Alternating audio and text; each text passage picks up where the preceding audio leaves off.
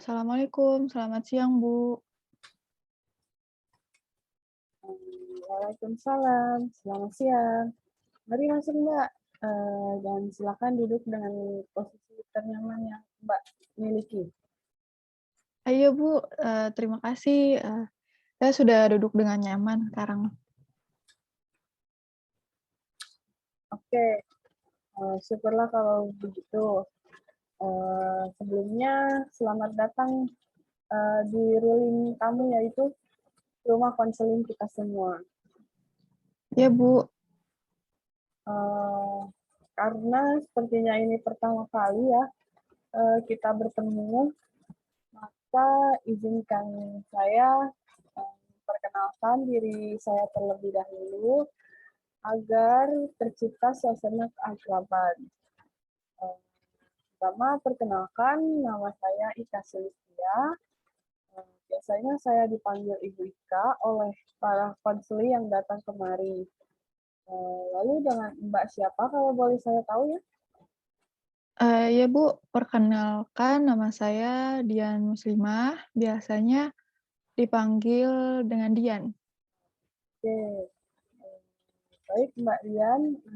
Di sini saya sebagai konselor yang akan membantu Mbak Dian hari ini. Iya, Bu, mohon dibantu ya, Bu. Baik Mbak Dian, sebelumnya bagaimana nih kabar Mbak Dian hari ini? Saya alhamdulillah baik, Bu. Kalau Ibu sendiri, bagaimana kabarnya? Alhamdulillah baik juga Mbak Dian. Kalau boleh tahu nih, Mbak Dian ini asli orang daerah sini atau gimana nih?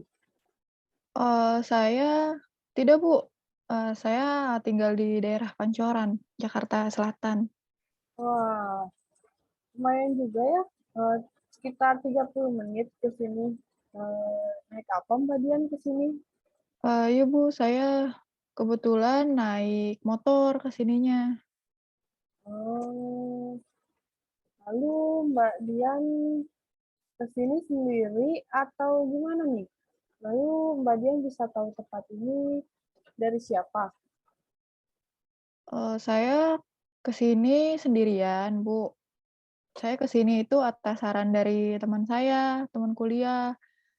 Dia pernah melakukan konseling di sini dan katanya di sini konselingnya prosesnya tuh bagus, Bu, gitu. Oh, begitu. Wah, suatu kebanggaan nih bagi Ibu, karena teman Mbak Dian merekomendasikan ruling tamu ke Mbak Dian. Dan tadi Mbak Dian bilang teman kuliah ya. Memang Iya, Mbak Dian kuliah di mana kalau boleh Ibu tahu? saya kuliah di Unindra, Bu. Wah, kuliah di Unindra ya. Ibu juga kuliah di Unindra angkatan 2019. Semester berapa nih Mbak Dian nih? Kalau boleh tahu. Gitu. Saya baru semester 6, Bu. Wah, 1 tahun lagi nih sudah mau lulus ya, Mbak Dian. Iya, Bu. Oke, Mbak Dian, eee, apakah sebelumnya sudah pernah melakukan konseling? Saya belum pernah melakukan proses konseling, Bu, dan ini, pertama kalinya saya melakukan konseling. Oh, gitu ya. Iya, Bu. Jadi ini tuh pertama kalinya, Mbak Dian melakukan konseling, Iya, Bu. tapi Mbak Dian sudah tahu belum apa itu konseling? Saya saya tahu itu sedikit saja, Bu, kalau konseling itu, apa namanya, suatu proses pemberian bantuan atau solusi bagi orang yang memiliki permasalahan gitu, Bu. Baru tahu itu aja sih. Ya, betul banget apa yang Mbak Dian bilang tadi. Mungkin akan Ibu perjelas lagi ya, apa itu konseling.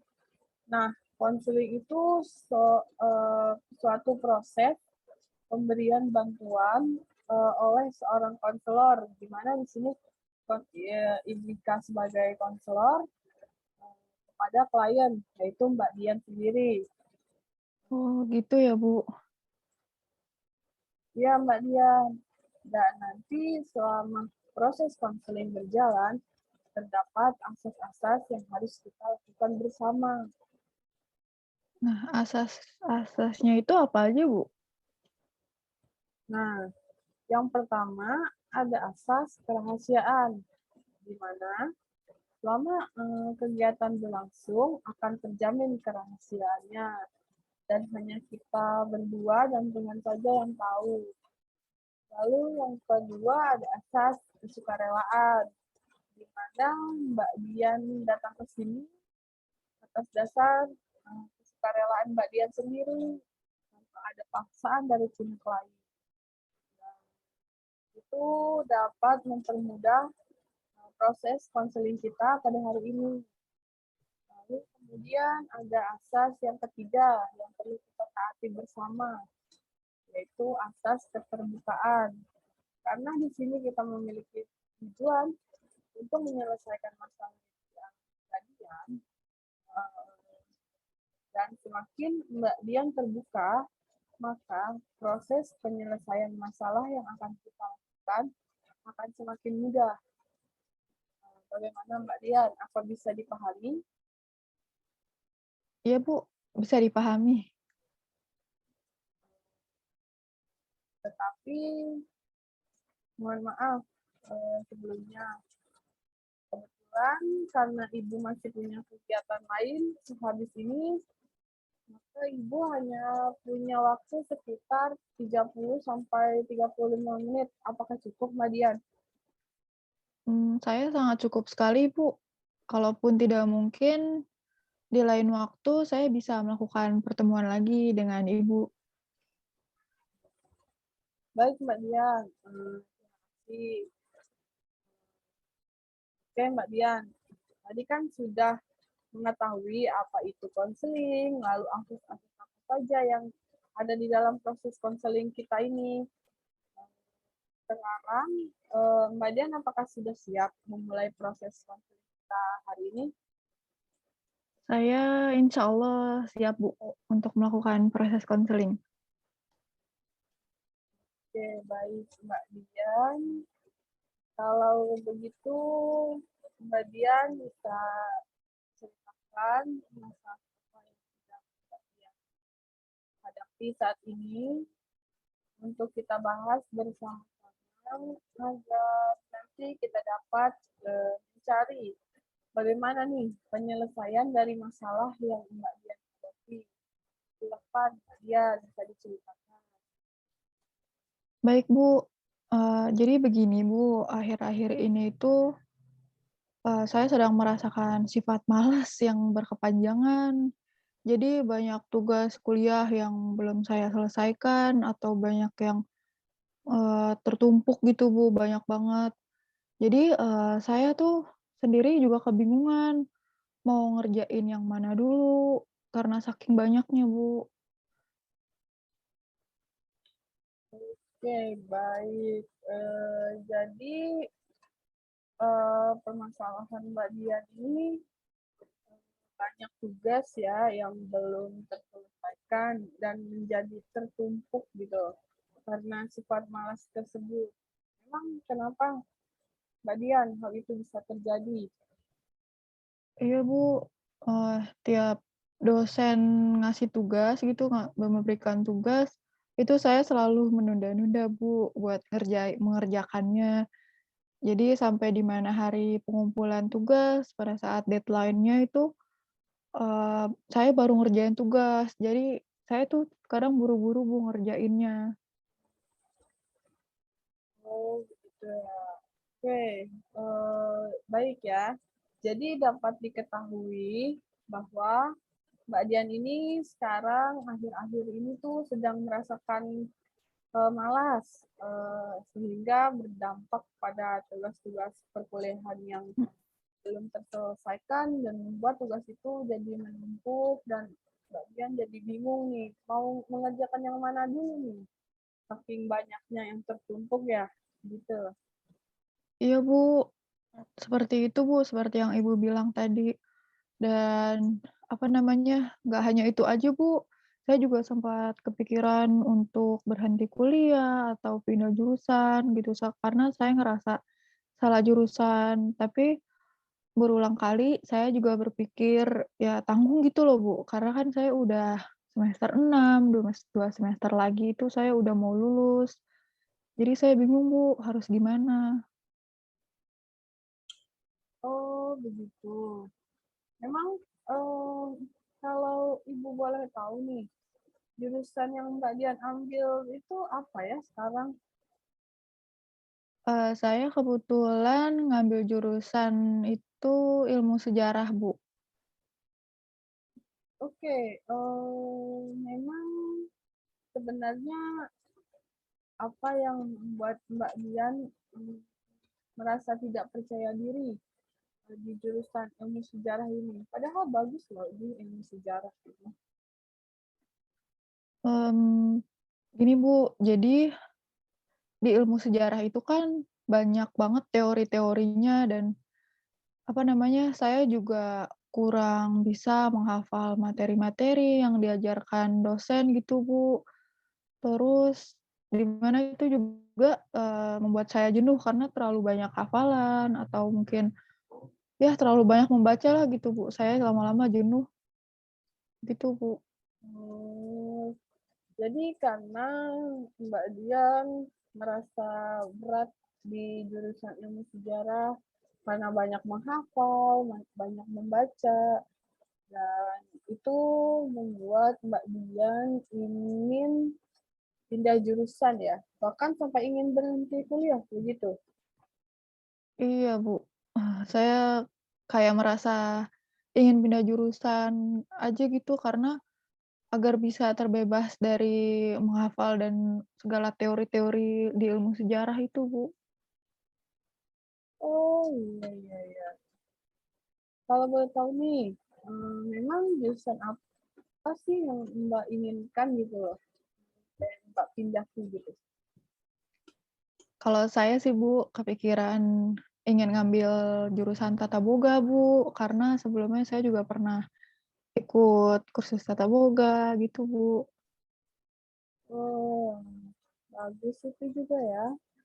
Hmm, lalu apa yang membuat Mbak Dian memilih jurusan Tata Boga sebagai tempat untuk pindah jurusan gitu? Saya kebetulan punya hobi masak, Bu, hobi masak-masak gitu, dan juga di jurusan Tata Boga itu saya melihat teman-teman saya yang masuk di situ lebih banyak praktek-prakteknya, dan itu membuat saya lebih senang, Bu, karena, saya melihat mereka membuat hidangan, membuat makanan, dan lain-lainnya gitu, Bu. Oh, begitu. Tapi apa Mbak Dian yakin, sudah yakin nih, bahwa di jurusan Tata Boga seperti yang tadi Mbak bilang, lebih banyak praktek, itu memang tidak memiliki teori sebanyak yang ada di ilmu sejarah. Mmm, Kalau dari pengalaman saya, sebenarnya saya juga nggak yakin sih, Bu, sebenarnya. Lalu,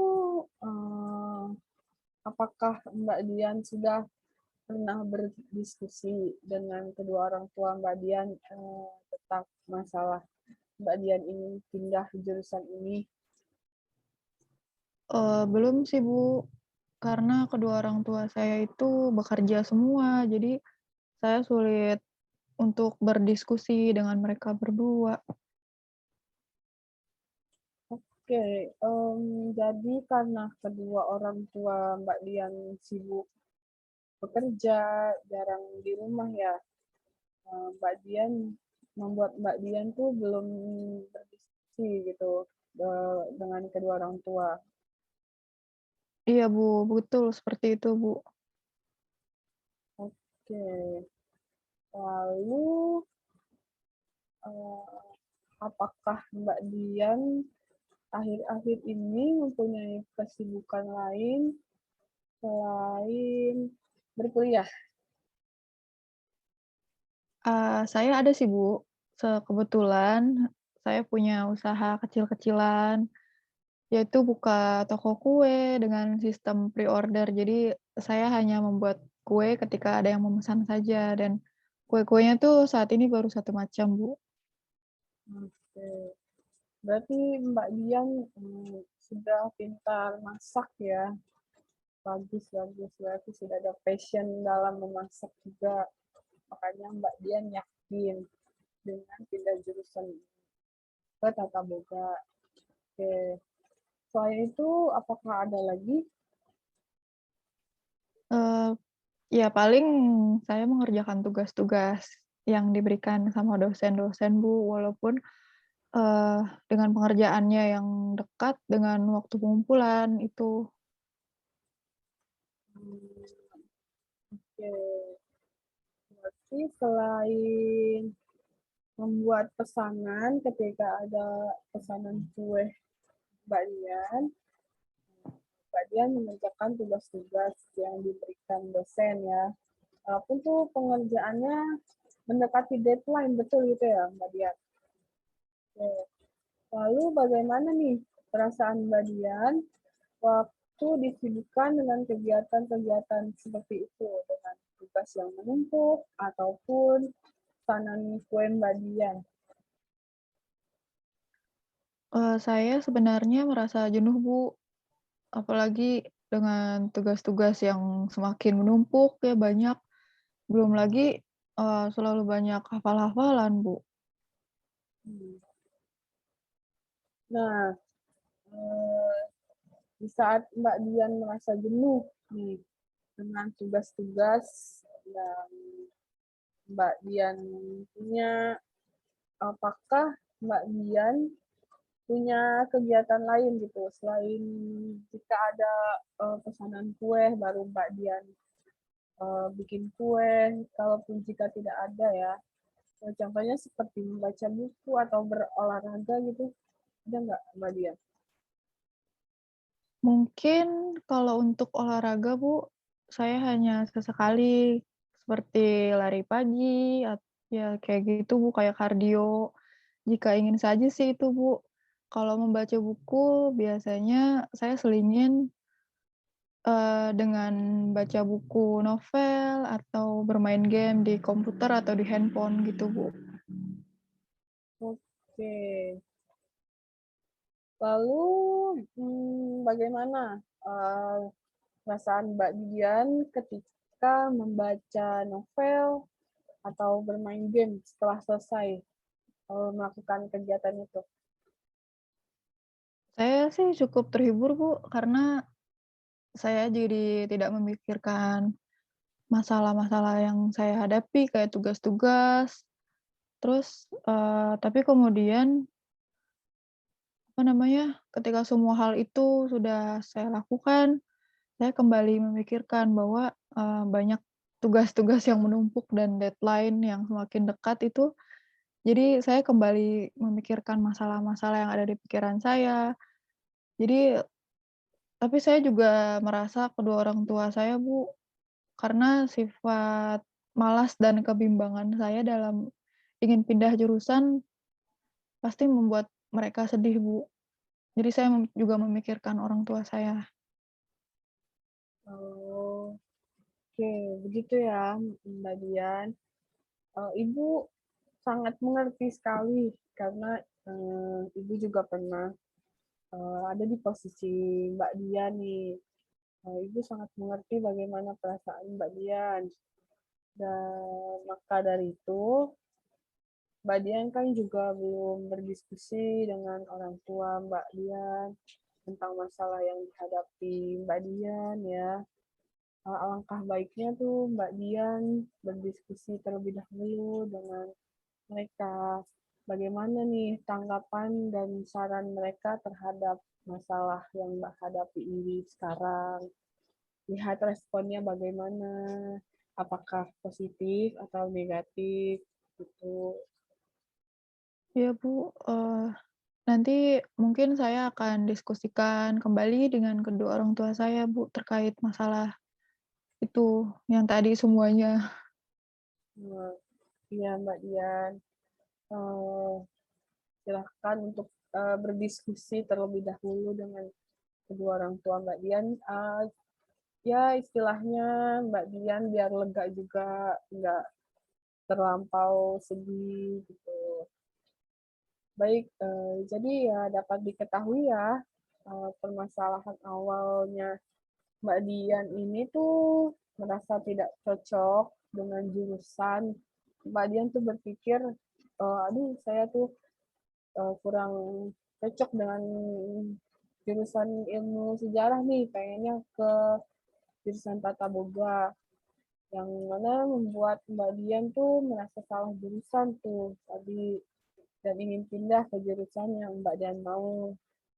Kemudian karena merasa tidak cocok dengan jurusan ilmu sejarah ini, buat Mbak Dian juga merasa malas dalam mengerjakan tugas-tugas ya yang diberikan dosen, sehingga tugas itu terus menumpuk menjadi banyak dan baru dikerjakan ketika deadline sudah mulai dekat gitu ya Mbak Dian ya. Iya, Bu, benar sekali, Bu.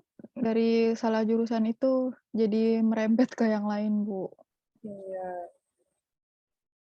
Lalu setelah Mbak Dian menceritakan nih masalah yang Mbak Dian alami, bagaimana nih langkah-langkah yang akan Mbak Dian lakukan untuk mengentaskan masalah-masalah yang telah Ibu dan Mbak Dian jelaskan dan ceritakan tadi? Mungkin kalau dari saya dimulai dengan saya berdiskusi terlebih dahulu, Bu, dengan orang tua saya mengenai masalah saya yang ingin pindah jurusan ini, Hmm. seperti itu, Bu. Iya, betul sekali. Itu bagus banget. Itu langkah pertama yang paling utama ya. Berdiskusilah terlebih dahulu kepada kedua orang tua Mbak Dian. Lalu adakah langkah selanjutnya yang akan Mbak Dian lakukan? Mungkin langkah selanjutnya sebagai langkah kedua, Bu, saya akan lebih fokus lagi dengan apa yang sudah saya jalani saat ini. Jika respon kedua orang tua saya itu tidak sesuai dengan harapan saya, Bu. Oh, begitu ya. Memang respon seperti apa nih yang Mbak Dian harapkan pada kedua orang tua Mbak Dian nanti? Ya respon kedua orang tua saya yang pastinya respon yang positif, Bu, di mana, respon yang membuat saya merasa nggak bingung lagi, tidak bimbang lagi dengan apa yang saya jalani sekarang ini, yang saat ini saya jalani itu, Bu. Oke, baik. Jadi langkah kedua eh, Mbak Dian ini adalah untuk lebih fokus pada apa yang Mbak Dian sudah jalani agar kedua orang tua Mbak Dian juga tidak merasa sedih gitu ya. Iya, Bu, benar begitu, lalu saya juga akan lebih semangat lagi dalam mengerjakan tugas-tugas yang telah diberikan oleh dosen, Bu, mungkin seperti itu. Wah, bagus sekali ya langkah-langkah yang Mbak Dian buat ini atau rencana-rencana yang Mbak Dian lakukan juga sudah cukup bagus, sangat bagus banget ini. Iya, Bu, kurang lebih seperti itu, Bu, langkah-langkah saya yang mungkin ke depannya bisa saya lakukan, gitu, Bu. Oke, baik. Jadi saya mau bertanya nih, apakah Mbak Dian siap dan bisa bersungguh-sungguh dalam melakukan rencana-rencana yang Mbak Dian sudah katakan tadi, Mbak Dian sebutkan tadi? Mungkin saya awalnya agak ragu-ragu, Bu, tapi untuk saat ini saya siap, Bu. Insya Allah saya siap dan saya bersungguh-sungguh dengan apa yang akan saya lakukan nanti ke depannya, Bu. Mmm, bagus sekali Mbak Dian ya, eee, perlu Ibu tekankan lagi bahwa kamu juga harus, bertanggung jawab nih dengan apa yang sudah kamu rencanakan, eee, yang tadi Mbak Dian ucapkan, harus bertanggung jawab, harus bersungguh-sungguh juga gitu Mbak Dian. Iya, Bu, saya akan, lebih bertanggung jawab dengan rencana yang akan saya lakukan ke depannya, Bu. Oke, bagus Mbak Dian. Ibu akan terus, menunggu perkembangan, dari Mbak Dian, kabar-kabar apa nih yang baik, nanti Mbak Dian bisa kasih tahu ke Ibu, progresnya seperti apa, gitu ya Mbak Dian. Baik, Bu. Baik ya, karena waktu konseling kita juga sudah mendekati selesai nih Mbak, ternyata cepat juga ya, kita nggak bisa ini, eee, bisa jadi Mbak bisa simpulkan apa saja yang, kamu dapatkan dari proses konseling kita hari ini? Baik, Bu, kalau dari saya, jadi itu kesimpulan yang saya dapatkan dari pertemuan konseling kita hari ini, Bu, Hmm, yaitu, mmm, yang apa namanya, kesimpulannya itu saya harus berdiskusi mungkin, pertama-tama itu saya harus berdiskusi, sudah pasti dengan kedua orang tua saya, yang nanti bagaimana ke depannya itu biar orang tua saya yang mungkin bisa memberi saran yang bagus untuk saya ke depannya, eee, lalu langkah keduanya itu saya akan lebih fokus dengan apa yang saya jalani, yang saya jalankan saat ini, eee, dan membuang rasa malas dalam diri saya jauh-jauh gitu, Bu, agar tugas-tugas, yang sudah deadline itu yang menumpuk dengan sangat banyak itu bisa saya selesaikan dengan sangat baik. Begitu, Bu, kesimpulan yang saya bisa ambil. heeh. Baik, bagus sekali Mbak Dian, memberikan kesimpulan yang sangat tepat, dan Ibu juga, berharap sekali Mbak Dian itu dapat, melaksanakan dengan sungguh-sungguh dan penuh dengan tanggung jawab, karena ini juga untuk masa depan Mbak Dian sendiri juga kan, sayang juga saya juga mendengar cerita Mbak Dian ini sangat benar-benar tersentuh gitu loh, Mbak. Karena saya juga berpikir, sayang juga kalau Mbak pindah jurusan udah semester 6. Iya, Bu, karena itu juga kan sayang, Bu, saya juga mikir seperti itu. Dan saya mungkin insya Allah akan laksanakan semua saran dari Ibu dengan sebaik mungkin, gitu, Bu.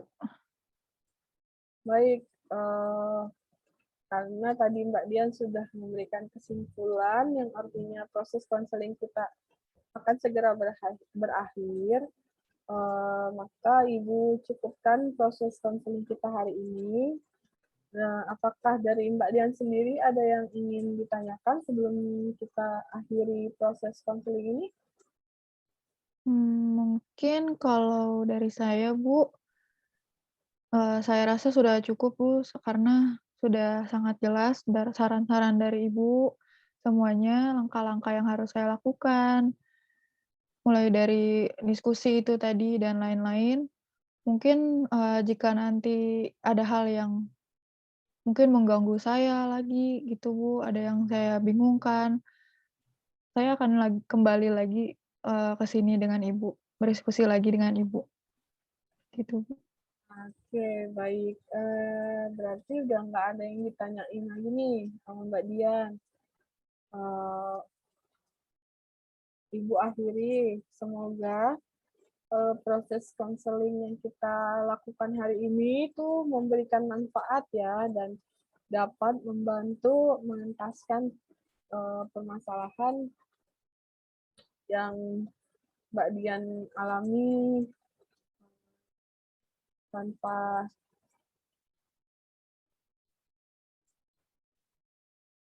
Ya, Bu, eee, dari saya juga terima kasih banyak kepada Ibu sudah mau mendengarkan, kemudian memberikan solusi dan saran-saran yang sangat berguna untuk saya ke depannya, dan tentang apa yang harus saya lakukan dengan masalah yang saya alami saat ini gitu, Bu. Nah, kalau begitu, saya pamit undur diri ya, Bu. Terima kasih sekali lagi. Selamat siang, Bu. Wassalamualaikum warahmatullahi wabarakatuh. Iya Mbak Dian, sama-sama. Ibu juga senang dapat membantu Mbak Dian karena itu juga salah satu tugas Ibu sebagai konselor untuk membantu konseli-konseli yang memiliki permasalahan. Kalau begitu, selamat siang juga ya Mbak Dian, dan waalaikumsalam warahmatullahi wabarakatuh. Terima kasih Mbak Dian. Terima kasih, Bu. Ya.